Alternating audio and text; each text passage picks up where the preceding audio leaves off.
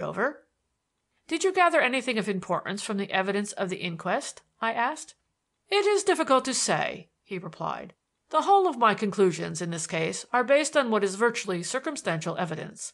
I have not one single fact of which I can say that it admits only of a single interpretation. Still, it must be remembered that even the most inconclusive facts, if sufficiently multiplied, yield a highly conclusive total. And my little pile of evidence is growing, particle by particle. But we mustn't sit here gossiping at this hour of the day. I have to consult with Marchmont, and you say that you have an early afternoon engagement. We can walk together as far as Fleet Street." A minute or two later we went our respective ways, Thorndyke toward Lombard Street and I to Fetter Lane, not unmindful of those coming events that were casting so agreeable a shadow before them.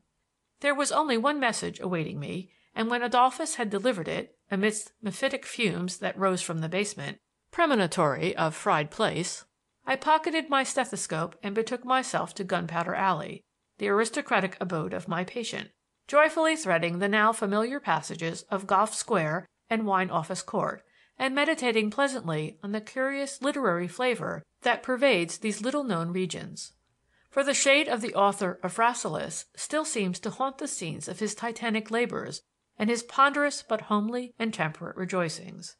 Every court and alley whispers of books and of the making of books. Forms of type trundled noisily on trolleys by ink-smeared boys salute the wayfarer at odd corners. Piles of strawboard, rolls or bales of paper, drums of printing ink or roller composition stand on the pavement outside dark entries.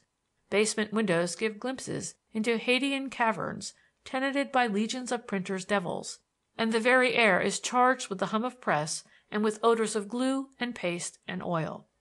The entire neighborhood is given up to the printer and binder, and even my patient turned out to be a guillotine knife grinder, a ferocious and revolutionary calling strangely at variance with his harmless appearance and meek bearing.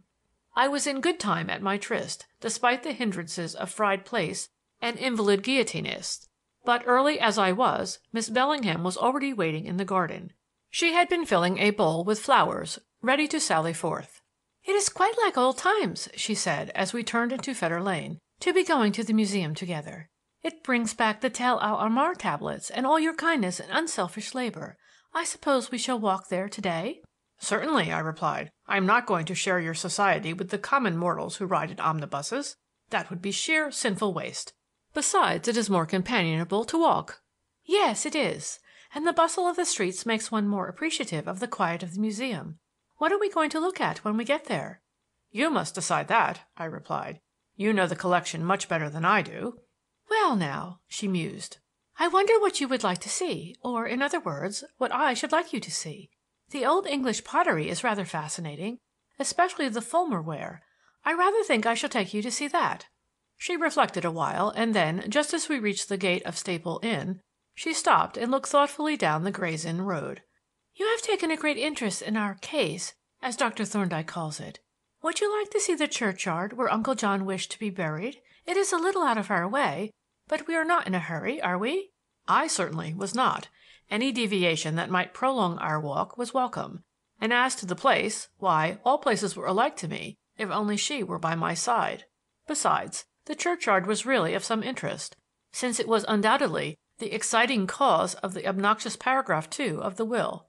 I accordingly expressed a desire to make its acquaintance, and we crossed to the entrance of Gray's Inn Road. "Do you ever try," she asked as we turned down the dingy thoroughfare, "to picture familiar places as they looked a couple of 100 years ago?" "Yes," I answered, "and very difficult I find it. One has to manufacture the materials for reconstruction, and then the present aspect of the place will keep obtruding itself. But some places are easier to reconstitute than others." "That is what I find," said she.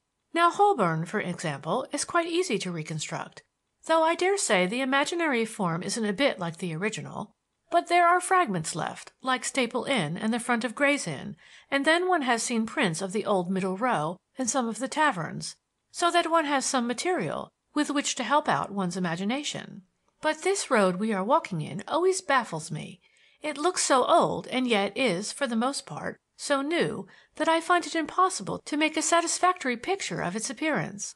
Say, when Sir Roger de Coverley might have strolled in Gray's Inn walks, or farther back, when Francis Bacon had chambers in the inn." "I imagine," said I, "that part of the difficulty is in the mixed character of the neighborhood.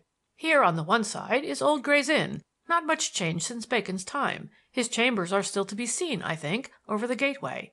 And there, on the Clerkenwell side, is a dense and rather squalid neighborhood, which has grown up over a region partly rural and wholly fugitive in character. Places like Bagnigge Wells and Hockley in the whole would not have had many buildings that were likely to survive, and in the absence of surviving specimens, the imagination hasn't much to work from." "I dare say you are right," said she. "Certainly the purlieus of old Clerkenwell present a very confused picture to me. Whereas, in the case of an old street like, say, Great Ormond Street, one has only to sweep away the modern buildings and replace them with glorious old houses like the few that remain, dig up the roadway and pavements and lay down cobblestones, plant a few wooden posts, hang up one or two oil lamps, and the transformation is complete. And a very delightful transformation it is." "Very delightful. Which, by the way, is a melancholy thought, for we ought to be doing better work than our forefathers. Whereas, what we actually do is to pull down the old buildings, clap the doorways, porticos, paneling, and mantels in our museums, and then run up something inexpensive and useful and deadly uninteresting in their place." My companion looked at me and laughed softly. "For a naturally cheerful and even gay young man," said she, "you are most amazingly pessimistic. The mantle of Jeremiah, if ever he wore one, seems to have fallen on you, but without in the least impairing your good spirits, except in regard to matters architectural." "I have much to be thankful for," said I. "Am I not taken to the museum by a fair lady, and does she not stay me with mummy cases and comfort me with crockery?" "Pottery," she corrected. And then, as we met a party of grave-looking women emerging from a side street, she said, "I suppose those are lady medical students." "Yes, on their way to the Royal Free Hospital. Note the gravity of their demeanor and contrast it with the levity of the male student." "I was doing so," she answered, "and wondering why professional women are usually so much more serious than men." "Perhaps," I suggested, "it is a matter of selection.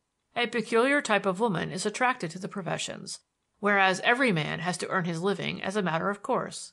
"Yes, I dare say that is the explanation. This is our turning." We passed into Heathcote Street, at the end of which was an open gate giving entrance to one of those disused and metamorphosed burial grounds that are to be met with in the older districts of London, in which the dispossessed dead are jostled into corners to make room for the living.